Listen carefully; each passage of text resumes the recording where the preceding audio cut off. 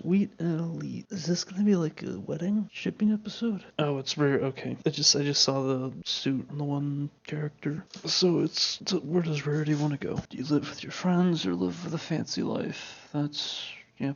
Okay. Seen that a million times. Obviously, she's going to. Let's see if I can break the entire runtime or the entire plot. Okay, so Rarity's gonna be like in her house, and then some like people are gonna come over, and then you're like, oh my gosh, you're so good at fashion, and then she's gonna like, wow, yeah, I am, and then they're gonna go to some big ass, fancy ass, stupid ass house thing in the fancy place, and then she's gonna be like, oh wow, I want to be here, and they're gonna give her an offer, and she's gonna be like, oh my gosh, I can't believe you're giving me this offer. And then she's gonna be all excited and tell her friends about it, and they're gonna be like, "Oh, that's great! You'll be living there? That's always been your dream." And then she's gonna try living there, but then she's gonna miss her friends too much, and she's gonna realize that she wants to live with her friends, even though the fancy life is great. Every kids show ever does this. Like Harley did this, So We 101 did this, Gravity Falls did this, except Gravity Falls did it better. Every show does this.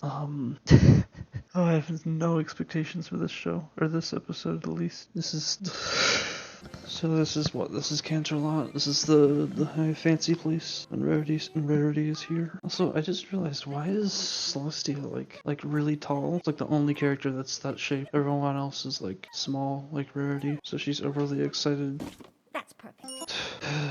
Okay, so she's having a birthday. Oh, they're looking down on her because Certainly. I hate his voice so much. What the fuck? Okay, so they're they're judging her because she's not from the fancy place. Oh my god, his voice is the worst thing. Wait a minute. So like all the characters in this like city castle thing are all wearing clothes. So like all the characters in Ponyville, they all don't wear clothes. So are they like nudists? No, but they wear clothes sometimes, but just not generally. Okay, so these people are gonna be the ones that give her the offer. Wait, his name is literally just Fancy Pants? Ugh, whatever. God, what is this? They're just spelling out the conflict. Like, I get why they're doing it, because it's a kids show, but like, oh my gosh. It's just so on the nose to an extreme level. Like, you could not get more direct with just saying, oh, this is a thing. This is happening. Ugh. So much of that could have been shown in such a better way. Okay, so they're watching a race. Ugh, the fancy voices are just so obnoxious. And now she's lying, and then she's gonna get in over her head. Oh, and there's those people being all jealous. Ugh, God, the overly fancy shit. It's not even just this show, it doesn't, Like, the only time where I can think of that the voices didn't make me mad are Northwest Mansion Mystery, because the voices are so clearly a parody, and as a joke, and they're not serious at all, and they're making fun of themselves. And also, they're not so ridiculously overly overacted. Oh my god, shut up! Ugh. She's gonna be going to all these things instead of Twilight's party. Wait, isn't that one of the like magic thingies? God damn it! More fucking songs. That's a different person? That's just a different person singing? Or is it just like, does she do an accent for the character and she's not doing the accent for the singing? Like, those are just two completely different voices. These songs are somehow worse than like the Disney songs, like somehow worse than Let It Go. Like, it's not like the singing in and of itself is poor quality. It's fine singing, it's just so irritating. It's also just so forgettable. Again, the Phineas and Ferb songs are so hilarious and so memorable. I mean, not all of them, but most of them are. But other than the theme song for this show, I don't remember any of the songs. And I only remember the theme song because it's every episode, obviously. Ugh. Even then, you can make fun songs that do exposition. Like The Ballad of Star Butterfly is a memorable one. Okay, and this letter is gonna be her wanting to be saying, hey, you should stay here. Again, they're just saying the plot. They're saying the conflict. They're saying it out loud. Ugh. At least she's actually sending them a note. Oh, no. She's gonna lie. She's gonna send someone over to get her. She looks like a walking stick of butter. And, yep,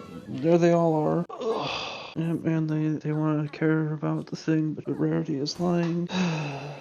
Well, she's gonna like it. I just have nothing. Another party on the castle ground. And that's the one she has to be at. Okay. I don't know, this is just so... whatever. It's just nothing. It's just dumb, silly things for kids with dumb, simple lessons for kids. I cannot possibly comprehend why any grown person would like this. Dab a little frosting behind my... Fucking good. The awkward cover-up. Oh my gosh, the overacted voices. So how long is this party scene gonna go on for? Actually, no, this makes me think of the Ned's Declassified episode where Cookie tries to go on a double date with, oh, what were their names? One of them was Lisa, the other was, I want to say Vanessa for some reason. I forget. It's basically the same plot, except that episode's like a 10-minute segment, and it's really short. Oh, they're finally finding out their understanding for her. Wait, what? The gala's coming up again? Didn't it literally happened at the end of season 1? It took like 20 episodes for it to complete once. Why is it 7 to complete again? Fucking hell. And they're gonna go and ruin the party. Yep. Yep.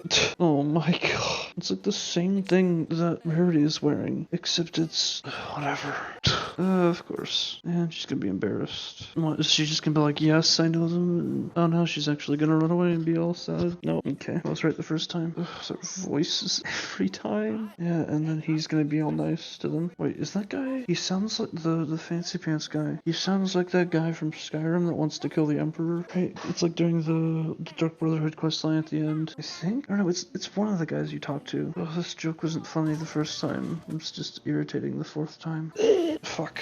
Well, my prediction was pretty far off, but I don't know, this episode kind of like subverted what I thought it would be. It did kind of tell its own story, you know, like using this place that it already built up and already established. I don't know, it wasn't particularly that bad, I guess. I hate the fancy people voices, but that's not even this show, that's just everything. I hate those voices so much. They're just like, just shut up. Okay, so the actual plot of this, so Rarity is staying in the Candlelight because whatever, she was getting like materials, and then she runs into these fancy people, and then they realize that she knows the princess and she lives in the castle. Then they think she's all fancy, and then she starts going to these parties and stuff, and then instead of going to the party, what am I saying? And then she's going to all these parties, but then there's also Twilight's birthday coming up, and then she has to decide between going to Twilight's birthday party back in their normal town or another fancy party, and then she lies and says that her pet is sick and that's why she can't come back home. And then just as she's about to go to the party, all her friends come, and then she has to like juggle between going to these two parties, and then eventually they obviously realize, two different people in the parties realized what Rarity was doing, and that she was juggling between the two parties. And that's it. Or, well, okay, and then at the end,